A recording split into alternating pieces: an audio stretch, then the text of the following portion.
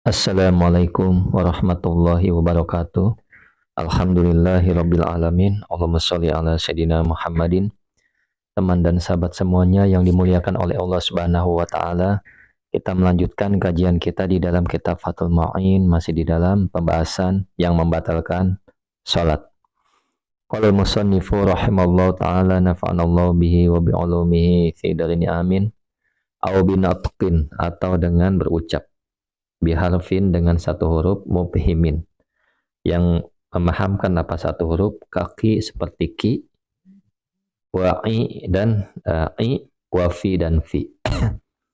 Jadi membatalkan sholat ya, dengan berucap orang yang sholat tersebut dengan satu huruf.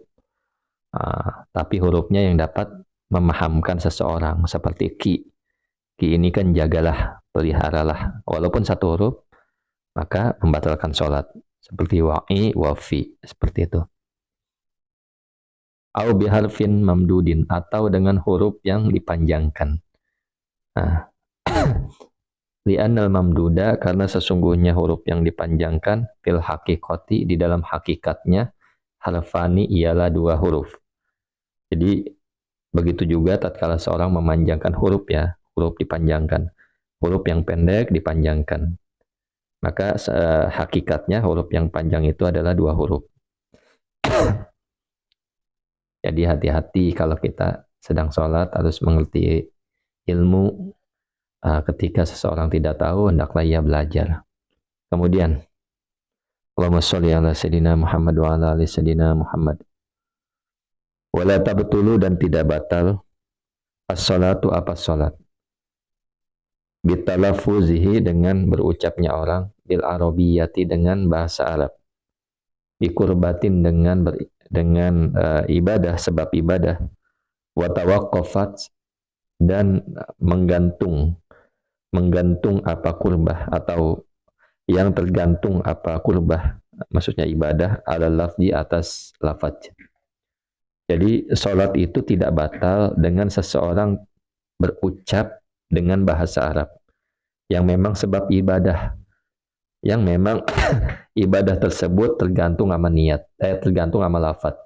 Jadi syaratnya ibadah tersebut ya harus dengan lafaz. Maka ketika diucapkan di dalam sholat, ini tidak membatalkan sholat. Seperti apa contohnya? Kanazalin, seperti nazar, wa'idkin, dan memerdekakan budak. Contohnya ka'an kola, sebagaimana berkata siapa orang, nazar tu, bernazar siapa aku, li Zaidin, kepada Zaid, bi alfin, dengan 1000. Jadi ini nazar dan memerdekakan ini lain ya. Ketika seseorang berucap di dalam sholat, tidak membatalkan ucapannya ini. Tidak membatalkan sholat, maksudnya nazar tu li Zaidin bi alfin, au a'tak tu fulanan, atau memerdekakan siapa saya fulanan kepada fulan. Ini tidak membatalkan sholat. Karena apa ya? Karena hal ini ibadah yang memang tergantung sama lafaz. Syaratnya harus dengan lafaz. Kemudian kita lanjut ya. Walaisa, dan tidak ada, mislahu, ialah seperti nazar, at-talaffuz.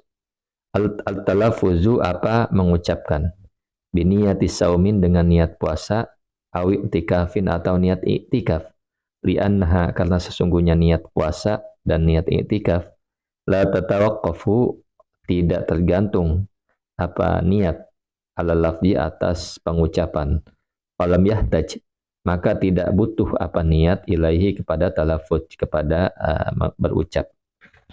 Jadi lain halnya seperti nazar adalah berucap niat tatkala puasa dan berucap niat tatkala i'tikaf di dalam sholat ya. Karena niat puasa dan niat i'tikaf tidak tergantung atas lafaz. Tidak butuh kepada lafaz. Ia butuh kepada niat di dalam hati. Seperti itu. Kalau sedang sholat orang berucap nawaitu shauma godin misalkan di dalam sholat, maka batal sholatnya. Atau nawaitu i'tikafan, maka batal sholatnya. Ya karena memang tidak butuh dengan lafaz puasa dan i'tikaf ini. Dia butuh kepada niat di dalam hati. Wala bidu'ain, dan tidak pula dengan doa. Artinya sholat tidak batal dengan berdoa. Jaisin, yang diperbolehkan apa doa, walau li ghairihi, sekalipun untuk orang lain, bila ta'likin, dengan syarat dengan tidak menggantungkan, wala khitabin, dan tidak pula mengajak bicara, li makhlukin, kepada makhluk, fihima, di dalam keduanya, kurbah dan doa. Jadi sholat tidak batal dengan seseorang berdoa, walaupun doanya itu untuk orang lain, tapi tidak digantungkan, tidak menggantungkan, dan tidak pula khitab, ada lawan bicara, tidak pula mengajak bicara. Jadi khitab ya, domir khitab ya, dimakhlukin kepada makhluk. Nanti ada contohnya ya. Kemudian fata betulu, maka batal apa sholat, bihima, dengan keduanya. Dengan keduanya, khitab dan ta'lik, inda ta'liki, ketika ta'lik. Seperti apa contohnya? Ka'in syafa, jika menyembuhkan Allah, siapa Allah, maridi, kepada sakitku, fa'alayya, maka ialah atasku atau bagiku, itku rokobatin, adapun memerdekakan budak. Nah ini dia contohnya. Ini kan menggantungkan, maka ketika diucapkan dalam sholat, maka sholatnya batal. Atau dia berdoa seperti doa ini, Allahumma gfirli, ya Allah ampunilah aku, in syi'ta, jika engkau berkehendak. Ini kan in syi'ta, ada in syi'ta. Nah, ada menggantungkan ya. Nah, begitu ada nomor hitopnya. Maka ini adalah membatalkan sholat. Tetapi kalau dia ucapkan Allahumma gfirli saja, atau ditambah wali walidayya, wali jamil muslimin wal muslimat, ini tidak masalah. Nah, karena nggak ada hitop dan nggak ada menggantungkan. Wakada, dan seperti ini pula batal, maksudnya indah hitobi makhlukin, ketika mengajak bicara makhluk, ghairin Nabi SAW, selain Nabi SAW, walau indah sama'ihi, sekalipun ketika mendengarnya orang, lidikrihi, untuk menyebutnya Nabi SAW alal aujah, atas kaul yang aujah, kaul yang lebih unggul. Jadi gini, demikian pula batal indah khitabi makhlukin wali Nabi, mengajak bicara makhluk selain Nabi Muhammad SAW, karena ada contohnya pada Nabi, assalamu alaika ayyuhan nabiyyu, ada kak di sini ya, damir khitab ya. Nah, ada lawan bicara. Nah, artinya ada domir kaknya di sini, tapi ke orang lain, pada yang lain ini membatalkan sholat, kecuali pada Nabi SAW. Walau indah sama'ihi, sekalipun ketika mendengarnya orang, lidikrihi, menyebutnya Nabi SAW, ini pun tidak ya. Alal aujah, atas, maksudnya tidak membatalkan. Nah, jadi kalau kita lagi sholat, ada yang di luar sholat itu ada yang menyebut nama Nabi SAW. Namun ketika kita lagi sholat, berselawat pada Nabi SAW, itu tidak sampai membatalkan sholat. Seperti itu. Nah, alal aujah, atas kaul yang aujah. Jadi gini, ketika nama Nabi disebut di dalam sholat, itu seyogyanya kita tahan dulu, kita sibukkan diri kita dengan bacaan dan zikir sholat, dan ketika salam baru kita bersalawat kepada Nabi SAW. Begitu juga dengan suara azan. Azan berkumandang, kita tidak usah menjawab azan itu. Walaupun sesungguhnya kita pun menjawab, itu dibolehkan.